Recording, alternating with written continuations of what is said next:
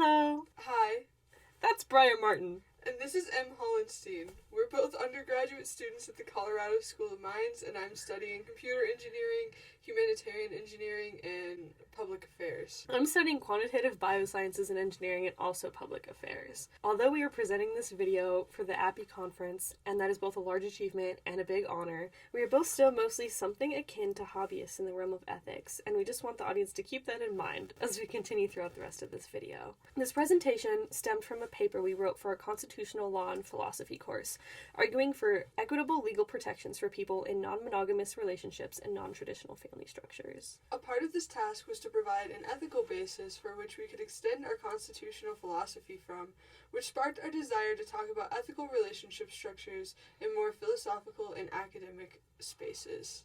Additionally, we both practice ethical non-monogamy.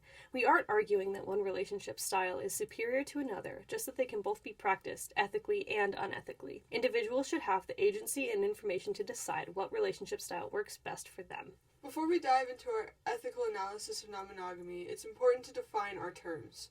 They all have their own cultural associations and stereotypes. Establishing a common ground will be very important for understanding context and the ethical analysis. So we all engage in relationships. That's not really news to anybody. They come in many different flavors, as we all interact with other people in countless ways. Some of these include parent-child relationships, friendships, professional relationships, acquaintances, and romantic or sexual relationships. In the next minute or so, we'll be using the term partner to refer to people who are romantically and sexually involved for the sake of simplicity. However, we're going to change this up later in the videos. We are raised in a society that implicitly values relationships that are both romantic and sexual more so than other dynamics. This can be seen through the social norms and expectations in which other individuals in our lives acknowledge that our romantic partners should take priority over not all but many other relationships. For example, if you had a plan to go to trivia with your coworker and your partner called saying that they had a disastrous day at work and they didn't think that they could handle being home alone like they had originally planned, it would most likely be completely understandable and acceptable for you to cancel those plans in order to provide aid and comfort for your partner, where it would most likely be met with much more friction if you tried to do the same thing for a friend in an identical situation, or conversely, if you had canceled plans with a partner to go support a friend in a similar situation. Additionally, it is implied that romantic partners take priority through different legal protections, specifically those that come along with marriage. The legal benefits of marriage vary from state to state and potentially even between countries, so it's counterproductive for us to attempt to list all of the incentives to marry. However, in 2004, research was conducted by proponents of the Defense of Marriage Act that revealed that there are 1,138 statutory provisions in which benefits, rights, and privileges are contingent on marital status. Some categories and examples of these legal protections and advantages associated with marriage are: in the category of Social Security, housing, disability, and related programs, one spouse can benefit from their partner's Social Security retirement based on their partner's income, and additionally, married partners can equally benefit from home ownership on their taxes. In the category of taxation, married partners can choose to file joint federal and state income tax returns. In the category of civilian and military service and veterans benefits, health insurance and life insurance are provided. Basic allowance housing and access to VA home loans are provided, and military discounts are provided. Employment benefits for married couples include married partners' ability to take family or bereavement leave. Someone with a deceased spouse can receive retirement benefits and/or workers' compensation, and many employers will extend health insurance coverage to married partners of an employment agreement. However, this is not legally binding. In the wheelhouse of immigration and naturalization, non-citizen spouses can be granted permanent residency through a green card upon marriage, which can help them eventually obtain citizenship. In the category of family planning, married couples can apply for joint adoption or foster care. Also, in the event of a divorce, when a couple is co-parenting, one spouse can receive child support from the other, and one spouse can have visitation rights to the children. Lastly, consumer benefits are often targeted towards married people, including family insurance plans and tuition discounts. Regarding crime and family violence, legal spouses get visitation rights in prison, and the spouse of a criminal defendant cannot be compelled to testify against their partner about events that occurred before and during their marriage. In the realm of medical care and death, the ability to sue a third party for wrongful death of a spouse and loss of consortium or intimacy is available for spouses. Also, visitation rights in hospitals individuals, regardless of whether a partner is conscious and able to communicate, are available for spouses where they aren't for other relations such as friendships. Additionally, similar to being heterosexual, monogamy is assumed to be the default relationship structure. I personally didn't know that there were other sexualities until I was 16, and I didn't know there were other relationship styles until I was about 20 years old. With this assumption of monogamy as the default, it is also assumed to be inherently morally superior to other relationship structures, partially because of the emotional security and connection that is promised by the idea of exclusivity, which is ironically exclusively derived from exclusivity. It also promises a set structure or progression of life to reach the societally projected end goal of marriage and a family, known as the relationship escalator. These promises are predicated on a dominant narrative in religious scripture and movements around the sacred nature of exclusive relationships, usually between a man and a woman, and the ways they connect us to a higher power. In the United States, we see this through Christianity, but there are also other religions, including the rest of Abrahamic faiths, that are also responsible for this worldview. Because of the weight these kinds of relationships are given, both through faith and social structures that uphold the norm, it is also very common for unethical practices to perpetuate a cycle of abuse. If needs aren't being met, or if someone has a desire that is outside the norm, like finding another person attractive even while in a relationship, or a desire to want to date multiple people at a time, but there's no knowledge of ways in which to do that would be healthy and productive and beneficial, then it is very common for things like cheating and different forms of abuse to occur within monogamous relationships. Oftentimes, these instances are quick to be excused as spats or something similar, as another characteristic of this sort of unethical practice of monogamy is to normalize bad behavior as better than the alternative when needs aren't being met, instead of turning to the world of non-monogamy purposefully to try to find a solution there. Especially as non-monogamy becomes less taboo and more people are able to talk about their experiences, non-monogamy fundamentally challenges the assumption that monogamy is morally superior by default. This is because many people practicing non-monogamy have found, in similar quantities, styles, and measurements, the same kinds of emotional security and connection as monogamous people have. For many of these practicing non-monogamists, they even find that the emotional security and connection that they and their partners derive from their relationships are much higher than they, as individuals, could have derived from a monogamous relationship. Successful non-monogamy also throws out the idea that there is one set way to get a good life or an end goal with a relationship or set of relationships, relying largely on individuals to find what a good life or an end goal is for themselves, which can be very scary and challenging for people engrossed in monogamous culture. Now we're going to define some terminology. Marriage is defined as a legally and socially sanctioned union of two individuals that is regulated by laws, rules, customs, beliefs, and attitudes that prescribe the rights and duties of the partners. A civil union is a legal relationship between two people that provides legal protection to the couple only at a state level. This doesn't provide them any federal protections, benefits, or responsibilities, and they may or may not be recognized in every state. Monogamy is the practice of having one exclusive relationship with a person at a time. This could be romantic and or sexual, but conventionally it is almost always both. A traditional relationship structure is the relationship norm for the United States, and it's based on the notion of the nuclear family, that is, heterosexual and monogamous. The aim is almost always marriage with the intention of being committed for life and having children. Polygamy is definitionally the umbrella term for having more than one spouse at a time. There are two subterms broken up by gender. Polygyny is the practice of one man having multiple wives. Polyandry is the practice of one woman having multiple husbands. Polyandry is much less common than polygyny. This differs from polyamory through the religious context surrounding the origin and perception of polygamy. The built-in gender structure is usually used to uphold some semblance of the traditional marriage structure. This is most easily seen through the American Cultural Association of Polygamy, where one Mormon man has multiple wives, where the wives are sexually monogamous to that man. Ethical non-monogamy is an umbrella term for a wide variety of relationship styles, categorized by sexual and or romantic relationships between multiple people with freely given informed consent from all parties. This includes, but is not limited to, polyamory, swinging, and polyfidelity, often used interchangeably with consensual non-monogamy, but we personally like ethical non-monogamy more because it encompasses more of a depth than just consensual. Relationship anarchy is the philosophy that any relationship, romantic or otherwise, should be bounded only by the rules agreed upon by all involved persons and parties. The following image is a photo of the relationship anarchy smorgasbord, and it encompasses very different relationship dynamics that may or may not be included in a relationship between two individuals. The beauty of relationship anarchy is the ability to pick and choose what works for those two individuals instead of conforming to all the societal expectations associated with a particular relationship style.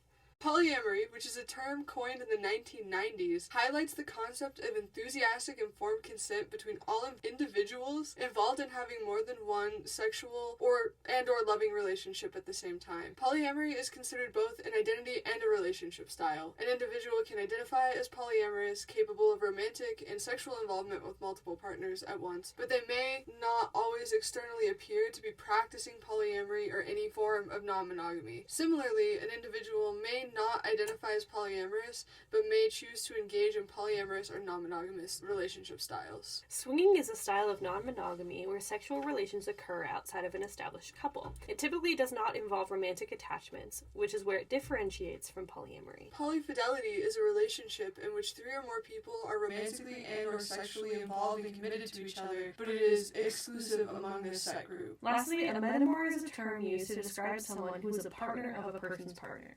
Romantic monogamous relationships tend to be accepted and even celebrated when they provide a safety net of responsibility, create a safe, loving, and caring environment for both partners and others involved. The most praised relationships are always longer, giving the couple a lifetime partnership and usually presenting the opportunity to have children at some point. Everything these relationships are known for are absolutely great things, but these hallmarks are not necessarily monolithic of a good relationship, nor are they exclusive to couples practicing monogamy. It is often the case that monogamous, long-term dedication in romantic relationships is implicitly seen as better or more worthy of praise because of monogamy being a societal norm. However, the ideas earlier are not always captured completely or healthily through monogamous or exclusive structures. Take, for example, a married couple who are very unhappy and incompatible with each other romantically, and who also have children. These people may have a deep platonic relationship, or they may just feel the duty to do what is best for their children, but the obligations of their monogamous relationship are sending them spiraling and is making their home into a hotbed of abuse and instability. In this scenario, the earlier discussed goods are not here in a variety of ways, but because of the societal norms around monogamy, this relationship would probably be seen as tragic but praiseworthy as long as these two were working on their romantic compatibility in some way. However, it seems a co-parenting arrangement would be more beneficial here, as it removes the need for romantic desirability and or compatibility and creates a space either for their platonic relationship to be properly fostered or a space where the strong duty-based desire to do what is best for their children is much clearer and easier to implement. This could look like a variety of different things depending on the needs of the family, but a scenario in which the couple stays legally married for the sake of the children's emotional and financial stability, but open their marriage so their romantic needs can be satisfied elsewhere and predicate the love that they have for their family in a platonic sense would be a more traditionally poly approach to the problem and provide stability and shift the dynamic of the family away from abuse and to love. Alternatively, a divorce with a co-parenting relationship predicated on platonic love with a network of support through each of the ex-couple's partner or partners would fall somewhere in the sphere of relationship anarchy and still shift dynamics similarly. Furthermore, on the point of children, it is important to note that having children can happen in many different situations, and that means they don't necessarily arise only from long-term monogamous commitment. This reality makes it important to understand that there is a large number of ways that children can grow up well given their circumstances, just as there are a large number of ways that they can grow up poorly. Additionally, on the point of lifelong companionship, ethical non-monogamy can also provide that in the same way our family and friends sometimes do, but lifelong companionship is not always obtainable in every relationship because of illness, life events unfolding, or unforeseen and unfortunate circumstances, or through a variety of other circumstances. It makes more sense to reframe this point as meaningful companionship, because the deep and important connections at the more spiritual level are usually associated with the idea of companionship. They can develop in many different ways that are not inherently tiered in value. There are, of course, situations where non-monogamous dynamics would similarly fail to reach the marks of creating a safe, loving, and caring environment, and or fail to provide a safe environment for children or dependents, or not foster meaningful companionship. The failures of monogamy are not necessarily apart from those of ethical non-monogamy.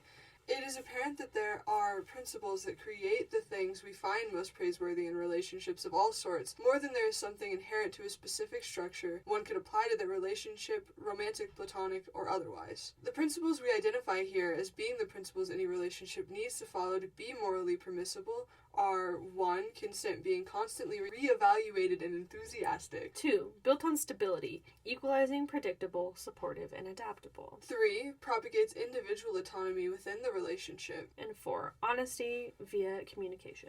For the remainder of this video, for the sake of being succinct, we will use the term healthy to describe the kind of relationship that adheres to these principles, and therefore an ethical relationship is a healthy one. We believe that because this conversation is based on relationships and their structures, which encompass a large diversity of people, situations, and circumstances, that the best lens to apply this problem come from the ethics of care as well as from virtue ethics. Augmenting these two together creates a more holistic approach to what relationships mean in our world and what we owe to our relationships and the world, while also taking into account that there isn't necessarily a single rule or set of rules that are actionable that would also encompass all healthy situations. A consequentialist approach, or weighing the harms and pleasures, doesn't necessarily encompass the full scope of responsibility that is embedded in relationships. Now, let's take a closer look at each principle, what they mean specifically, and what about them is particularly ethical. Principle 1 states that consent needs to be constantly reevaluated, freely given, and enthusiastic. Consent here means a variety of things, and it differs somewhat between the types of relationships this framework can be applied to. However, the biggest places in which we see this principle needing to be applied are in any practices involving sex, the openness of the relationship, and with large relationship decisions. This isn't to say that these are the only places this principle should be upheld. It should be upheld in every instance of consent, but these situations are those where it is especially paramount. Freely given means that the consent is given without any form of coercion or force, which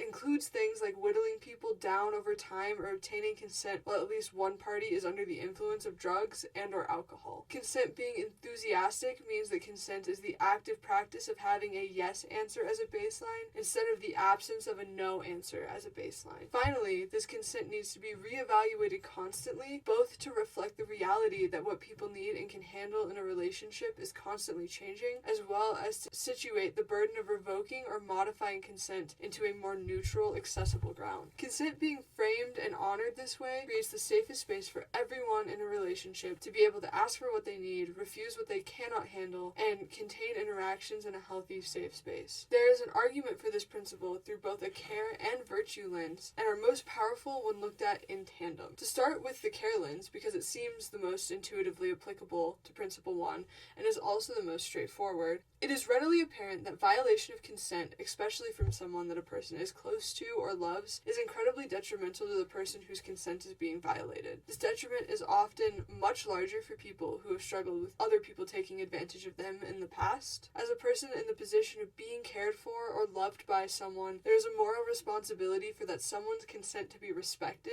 so that the undue burden of detriment via a violation of consent is not put onto the shoulders of the person who cares/loves this someone. Respect, in this instance, means upholding Principle 1. Respect is a virtue to be cultivated in regards to consent, meaning that every individual should strive for special consideration of consent, as we defined, and that special consideration is deserved. This deserving is an extension of the responsibility highlighted via the care lens. This creates a rigid reasoning for why a person should uphold consent in this way for another. Both reasonings are also reciprocal. The care lens, in the case of mutual care between parties, and the cultivation of virtue through the stride towards a good life, meaning if one party ought to uphold consent in this way, all other parties in the relationship ought to as well. Virtue lens is especially important to augment with the care in this situation because a degradation of relationship in any way should not lead to a degradation in the responsibility to respect consent in this way. Finally, respect in excess would be something akin to asking for permission to the point of disbelief in any party's answers, which would cause tension and undercut the point of defining consent in this way, therefore reinforcing a healthy unrelationship habit. To move into a real-world application of Principle 1, let's first consider a scenario of a monogamous couple setting boundaries around certain sex acts, and then a polyamorous couple talking about the potential of a new metamor, and then in a mother-daughter co-parenting scenario where a decision needs to be made about daycare. For the monogamous couple to follow this principle,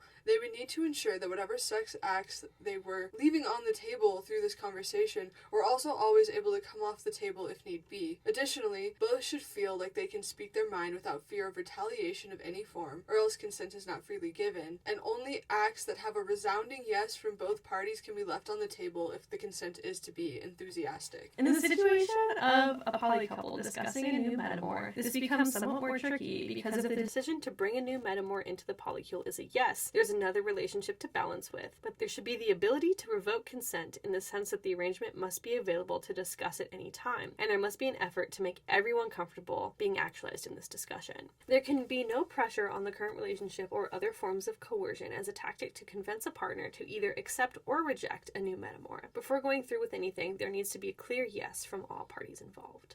Finally, in the case of a co-parenting mother and daughter, meaning mother is in grandmother of the child, daughter is in mother of the child, trying to make a decision about daycare, both of the parents need to have a clear yes for the decision that they decide to make, and it shouldn't be begrudged or akin to that. The decision needs to be made without a power dynamic. Examples being, I'm your mother and you need to listen to me, or I am the mother of this child, so I have more say.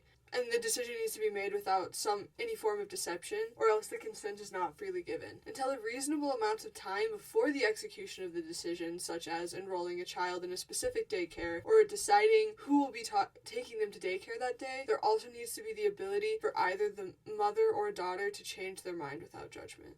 Principle 2 states that relationships need to be built on stability at the core of the relationship. This concept can be overly broad and stereotypical, which is why we define the criteria of equalizing, predictable, supportive, and adaptable to really flesh it out. This principle would be looked at mostly through the lens of a virtue of stability, and these criteria are the ways in which stability can be cultivated in any form of a relationship. The equalizing criteria is all about defining a core to the relationship that puts everyone on an even footing. For monogamy, this ideal is mostly intuitive, as a fully equal relationship is theoretically simple to imagine between two people. However, for ethical non-monogamy, this can be a special struggle. If all parties involved in a relationship cannot see themselves as equals to each of their partner's metamors, then the relationship will be dysfunctional. For this criterion, it is also important to understand that equal does not mean identical, as parties can serve different functions, have different traditions or structures, and more between themselves without compromising their equal footing overall. In fact, it is arguable that, in most arrangements,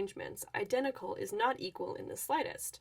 The predictable criteria aim for the core of relationships to be as constant as possible. It isn't realistic to assume that everything a person does will make perfect sense, nor is it necessarily functional or healthy for relationships to be purely monotonous. Therefore, in the context of this criteria, predictable means that the parts of a relationship that parties agree the relationship is predicated on do not change uncharacteristically quickly or without notice. The adaptability criteria builds off of the predictable criteria to say that stable relationships must be able to flex or change when they need to. The supportive criteria builds into this further by saying that every party should support this to the best of their abilities and desires. Though it is very important to note with this criterion specifically that this is speculatively supportive, not blindly supportive. With all of this groundwork in place, a virtue lens also highlights why these things are so important for healthy relationships, because the vice that stability is in excess is stagnation and or complacency. Through the earlier example of the abusive relationship, it's clear exactly why that relationship isn't healthy nor ethical, as we discussed. Stability at the core of the relationship is paramount for any kind of relationship to thrive. The care lens would say something similar, and we argue it would also emphasize the developmental advantages of stability in terms of networks of people, especially when they function similarly to families. This also means that the second principle we've outlined is particularly important when discussing the potential for there to be children in any kind of relationship dynamic. For another real-world example, let's return to our monogamous couple, our polyamorous couple, and our intergenerational co-parents. If the monogamous couple is to have stability at the core of their relationship, then they need to have equal footing in every decision that affects them as individuals and or their relationship. Big, potentially relationship-shifting decisions like reconsidering how the couple has sex would need to come with mindful deliberation, and sex acts that haven't been discussed aren't suddenly being practiced out of the blue. The adaptability criterion is met through the deliberation the predictability criterion necessitates, and supportive comes into play in the discussion of changing sex dynamics by empowering each person to say what they need unapologetically,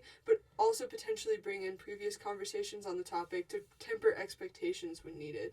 The poly couple follows strikingly similarly, though mindful deliberation would be about the inclusion of this potential metamor. And the conversation about equal but not identical we had earlier would need to be in full effect. The co-parenting is still similar, with the appropriate context shifted, but would also need to take into account the effects large shifts in lifestyle quickly can have on children, such as changing the daycare. In general, and especially with the stability criterion, the child would need to be accounted for equally, although not identically, to either of the co-parents, which generalizes this idea oblivious somewhat to being important to any kind of non-traditional relationship structure. Principle 3 states that relationships need to propagate individual autonomy within relationships. What this means in relationships is freedom of movement and trust in and respect of boundaries, which circles back into Principle 1. We see the responsibility to do this through our care lens. Here, parties in a relationship would have a responsibility to propagate maximum health, mobility, and lack of power dynamics. The way to do this is through fostering individual autonomy. This could look like a lot of things, such as encouraging boundary setting, continual conversations about changing dynamics, allowing space for individual action and life, as well as group or relationship life. The mobility aspect also provides a responsibility via a care lens to end our relationships when they become stagnant in a way that isn't reparable. This is perhaps one of the hardest responsibilities to have in a relationship because of the emotions that come along with having to end or fundamentally restructure a relationship that holds as much value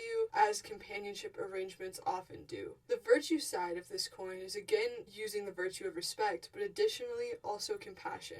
The virtues are most arguably important in the mobility aspect, including in changing dynamics and the like, because too much respect of a partner's autonomy runs the risk of limiting one's own autonomy within the relationship, while too little creates a very selfish, flagrant violation of a person's ability to self-determine and be their own person within and outside of a relationship. The virtue lens provides more context to where the fine line with this principle is, and does a succinct job of communicating the importance of the responsibility outlined by our care lens. It also highlights the very important and often overlooked ability to know when it is best to end, restructure, or otherwise leave a relationship instead of trying to fix it. To return to the real-world example, for our monogamous couple talking about sex, it's easy to see through the topic matter of sex that individual autonomy is both incredibly important and important to limit to an extent. The consent piece comes into play here clearly because the only justification to this limiting of individual autonomy can be because there is freely given, enthusiastic consent given that can be reevaluated. This would entail outlining a plan for sex acts that would give each individual the most freedom without infringing non-consensually on the other's autonomy. For the poly couple, this would involve working towards a situation where, again, consent is paramount in similar ways to that in the monogamous case, to take on new metamors so far as it doesn't incapacitate a person's autonomy because of their partner's decision. For the poly couple, this would involve working towards a situation where, again, consent is paramount in similar ways to that in the monogamous case, but to take on a new metamor so far as it doesn't incapacitate a person's autonomy because of their partner's decision. This could be the partner not actively taking on the new partner, or if there are other relationships involved, the stability of those may or may not be jeopardized by taking on this metamor. In this situation, it would be important for partners wanting another partner to be actualizing this structure in all of their different relationships. The co-parenting example is the most difficult here in the sense that there are generally accepted ways to limit children's autonomy to a point, including the fact that it simply legally works that way in various points in a child's life. So on top of doing this process between the mother and the daughter, they would also need to explore together where their child's autonomy can and cannot be limited fairly. With the daycare situation, if the child is old enough, maybe they get an equitable say in whether or not they move daycares, but they might not have as much of a decision if the question is about who is going to take them to daycare, when they need to be at daycare, or about the pricing of daycare. Principle 4 states that honesty is a must and that the best way to do this is through communication. The described honesty needs to be mutual and consistent, and this principle arguably is the foundation of all of the other principles. Honesty being a virtue also makes a lot of sense because it's one of the hardest tightropes to walk in a relationship. Being too honest can become counterproductive very quickly, as sometimes situations require much more tact than just brutal honesty can provide. Conversely, not enough honesty leads to doubt and deception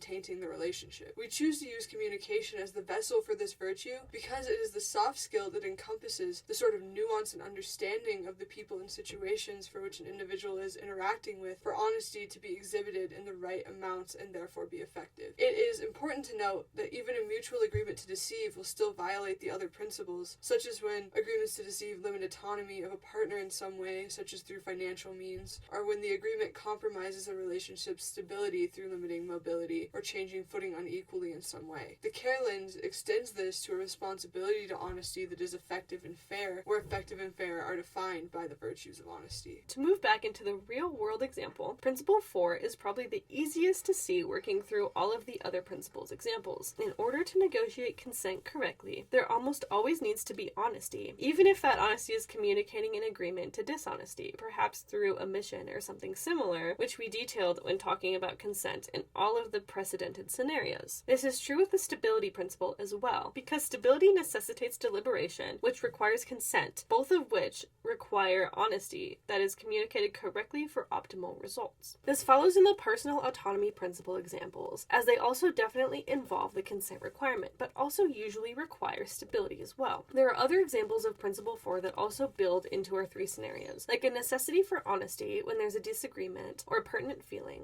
even when that disagreement or feeling could be particularly difficult to broach. As has been somewhat highlighted while outlining all of the principles for a healthy relationship, these principles are very interconnected. There are undoubtedly some situations in which all 4 do not necessarily need to be upheld and their interplay is minimal, but the vast majority of relationships will need all 4 principles and their interplay to be healthy. Of course, a healthy relationship also does not extend negative externalities onto people not directly a part of them. For example, an abusive relationship might put a friend in a position to do immense and intense emotional labor for their friend in an abusive relationship, which, while admirable, is undue. The toll that abuse can take on children who are forced to grow up in unhealthy dynamics is also undue and completely unjustifiable. There are more mundane or everyday examples of this as well, such as when codependent partners leave friends feeling thrown away or valued less. And not all harm caused, at least in part by a relationship, is necessarily indicative of an unhealthy one, such as when abusive parents feel shorted or wronged by their children getting into a relationship. In this sense, it's important to remember that this framework applies to all relationships, though we've mostly focused on romantic relationships, and there are absolutely situations in which people are in multiple ethical and unethical relationships of any kind, all in tandem, that do not necessarily intersect or interfere with each other's morality. With this idea of relationship health defined by our 4 principles as the determinant of ethical relationship structure, it should also be obvious to see that this connection of health doesn't necessarily apply to any specific structure or flavor of relationship. Health here extends to platonic partnerships, romantic relationships, either monogamous or non-monogamous, co-parenting agreements, relationship structures, and everything in between. In conclusion, all relationship structures have the opportunity to embody ethical principles and have healthy characteristics, or have the potential of falling into unhealthy patterns. With this understanding, we envision a future where marriage as an institution is radically restructured in a way that all relationship structures have the opportunity to embody ethical principles and have healthy characteristics, or have the potential of falling into unhealthy patterns. With this understanding, we envision a future where marriage as an institution is radically restructured in such a way that all types of healthy and ethical relationships are given all the applicable rights, protections, and benefits that monogamous marriages receive currently. If you're interested in learning more about some of this legislation, Somerville, Massachusetts recently passed ordinances that protect non-monogamous couples and non-traditional families. You can also scan this QR code to see the sources we used for this video, as well as our constitutional law argument. If you're interested in talking about this topic more with us or reading our constitutional argument, feel free to reach out to either of us at our contact information below. And thank you to everybody who has watched through this whole video, and thank you to APPE for giving us the opportunity to present this topic. Have a great rest of your conference.